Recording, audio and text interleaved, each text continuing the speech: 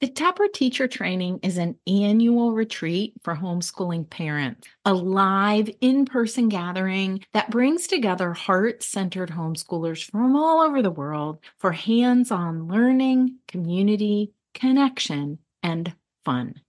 And I'd love to see you at Taproot 2024. We'll gather August 1st through 4th at a camp in northeastern Ohio for a long weekend of engaging workshops, hiking and yoga, and personal reflection.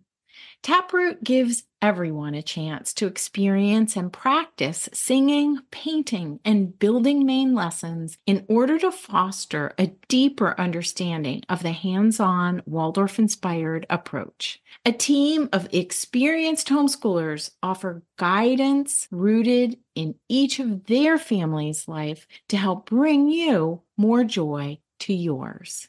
This is our 18th year of offering this amazing experience. You can learn more at artofhomeschooling.com/taproot2024.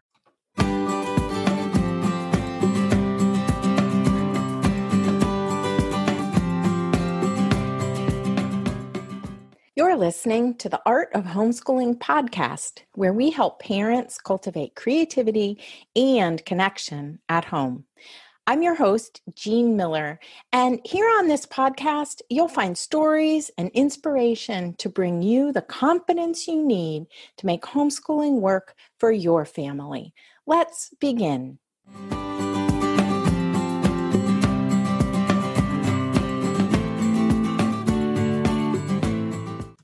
Hello there, and welcome to the podcast. I am super excited about our topic today because this addresses the number one question I get asked most often as a homeschooling mentor. How can I homeschool multiple ages at the same time?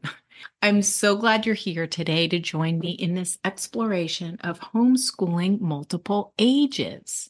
Honestly, I get a boatload of questions, right, from homeschooling parents on the regular. Questions like, how can I start a mom's group? What resource should I use for fifth grade botany? How do you do form drawing? Where should I begin with planning? What should I do when things don't go as planned? And on and on.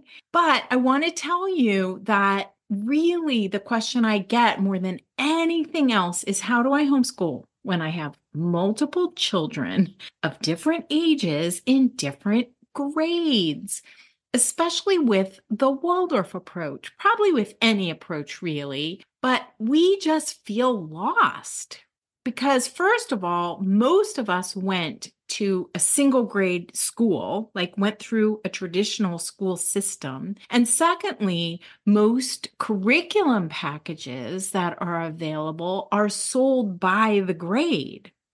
So that's why I wanted to bring this topic to you and share different ideas that I've implemented over the years. I also want to give you lots of encouragement, some of which comes from Rudolf Steiner himself. He was the founder of Waldorf education. And the fact is, he created this method for the classroom because that's what he was asked to do. So it tends, of course, to be a grade level approach.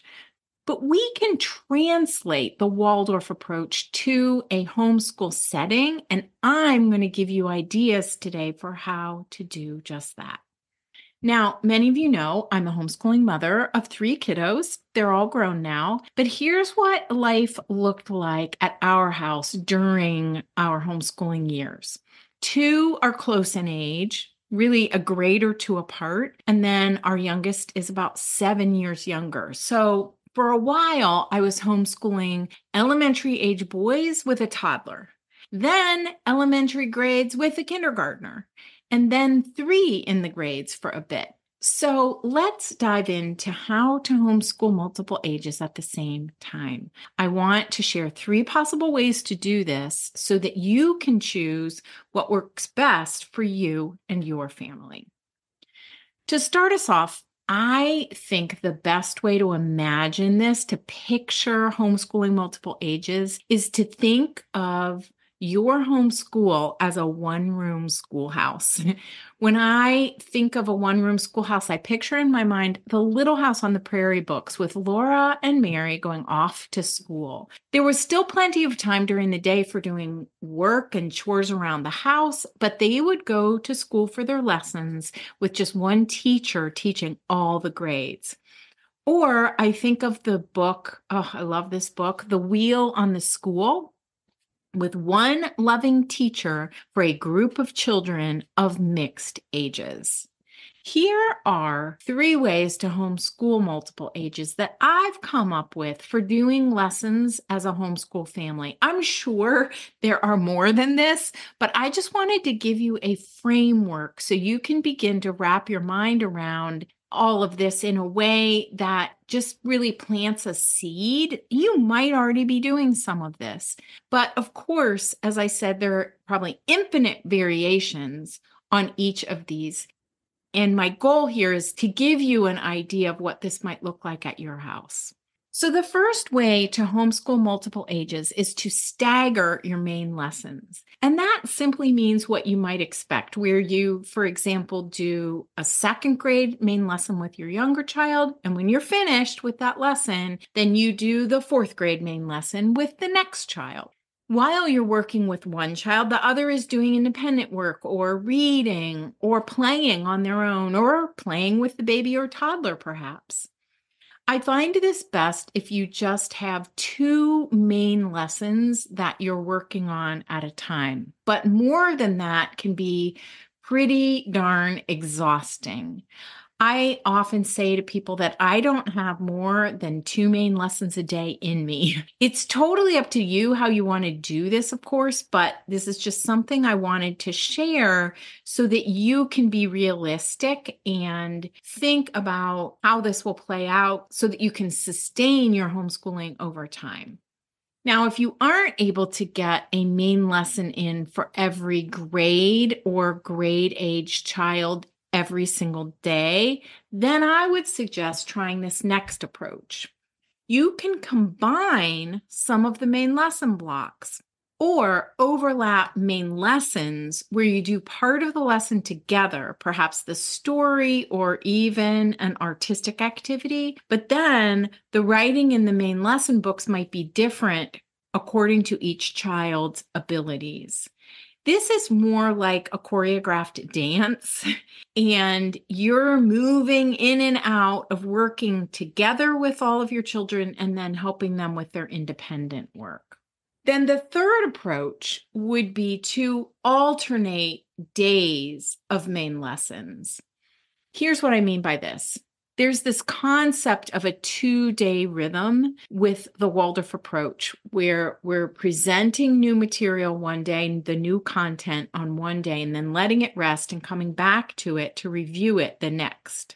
That means that this approach works best to have 2 days, preferably in a row, but 2 days for any particular child and any particular main lesson that you're working on. So to follow our example of homeschooling a 2nd grader and a 4th grader, you could do main lessons, just as an example, on Mondays and Tuesdays with the 2nd grader, and then on Wednesdays and Thursdays with the 4th grader.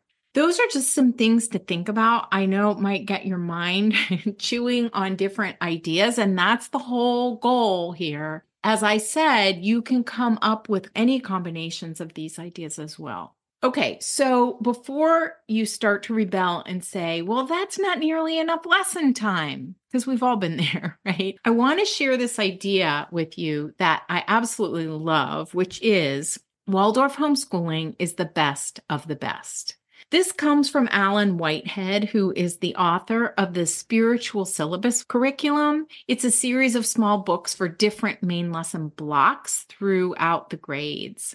Just a little side note, I have not found this curriculum to be particularly well suited to me or my homeschooling. Of course, everybody has their own preferences, but I will say that there is one book entitled A Steiner Homeschool. And it's a really good read. It's more of an overview, kind of the intersection of the Waldorf approach and homeschooling. like a little bit of a history of it. And in it, Whitehead says that Waldorf homeschooling is the best of the best. Those are his words. He describes how Waldorf education in general is created to develop a really deep sense of community, and that the lessons are infused with the lively arts and nature, which make the learning much more memorable. That was one of Steiner's main motivations for creating the Waldorf approach, full of the arts, because he felt like the lecture and note-taking system that was prevalent in schools in Europe at the time was not particularly helpful to students. He felt like the students weren't engaged and that the learning was too abstract. So he wanted to enliven the learning with the arts and nature in order to make it more memorable and more active. Alan Whitehead's other point is that homeschooling fosters independence. Steiner wrote a lot about developing independence in children with phrases like education toward freedom. So given all of that, Waldorf homeschooling really is the best of the best. A wonderfully creative approach that awakens a child's imagination, makes the learning more memorable, and allows children to work independently more and more as they grow. I wanted to remind you of this because I think it's good for us to know that what we're doing is not only important work as homeschooling parents, but it's also not less than what happens in a Waldorf classroom. Yes, it is different from what's going on in a Waldorf classroom, but I think we should stop thinking of ourselves as the stepchild or less than what happens in a Waldorf school, a Waldorf classroom, because it's simply not true. It's just different. So I want to invite you to think about what you're offering your children with holistic Waldorf-inspired homeschooling, that it's actually the best of the best approach in the best environment or the best setting. I really believe this. I've seen what it's done for my own kiddos and for all the children I've taught in small groups. Here's what I want you to remember. The goal of homeschooling is community and connection. And this is the foundation of this whole approach, the interconnectedness of human beings. So I just really want to encourage you to think of your family as the community, or think of your family as the classroom. If you have that comparison going on in your head to a Waldorf classroom, you can let it go. It's time to just let that go. Each of our families is the community. And of course, Steiner started a school because he was asked to start a school for the children of the factory workers at the Waldorf cigarette factory. He was asked by the owner, Emil Molt, and if he had been asked to create an approach for a homeschool setting, who knows what he would have said? It could have been very different. Too bad we can't ask him, but now it's our job to really take this approach that was created for the classroom and translate it to a homeschool setting. Now, I want to mention a few interesting bits about Steiner's life here. He himself was schooled at home up until a certain age, which I think was around age 10. We can also see the seeds of the Waldorf method in his life experiences.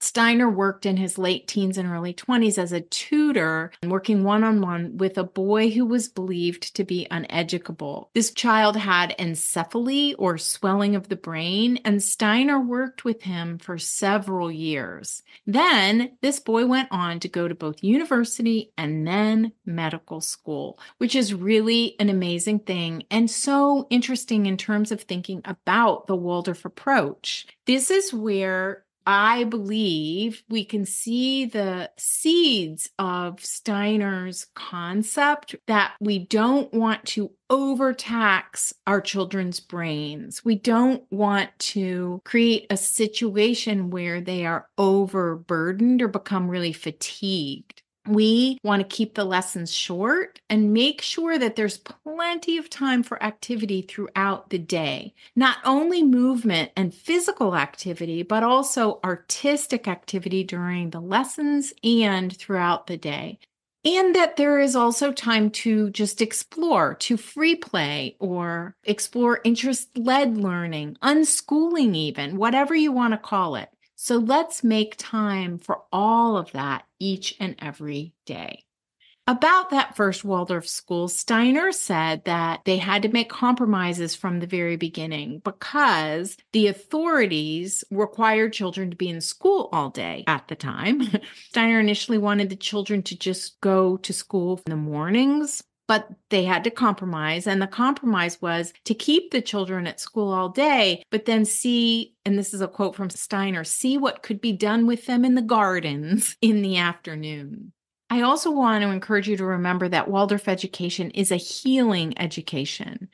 Steiner created this approach to heal the ills of society after World War I. Europe and Germany in particular were really falling apart economically and even culturally after the war. And Steiner felt that the social interactions needed healing, as well as the educational system. I would propose that 100 plus years later, we are in similar need of healing. So we carry on with using education as a force for good and a way to bring about healing. I truly believe that each one of us have been called to do this work.